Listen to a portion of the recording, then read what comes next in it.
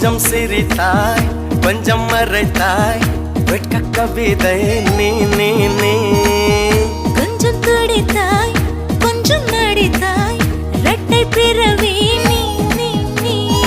அம்மா அம்மம்மா என் தாயோட்டும் பேசாத மௌனத்தை நீயே சொன்னாய் அப்பா அப்பப்பா நான் யாரோடும் பேசாத முத்தத்தை நீயே தந்தாய் 5 வயது பிள்ளை போலே அச்சச்சோ பிச்சத்தாலே கொஞ்சி கொஞ்சி என்னை கொண்டால் பருவாயில்லை காதல் பிசாசே ஏதோ சௌக்கியம் பருவாய்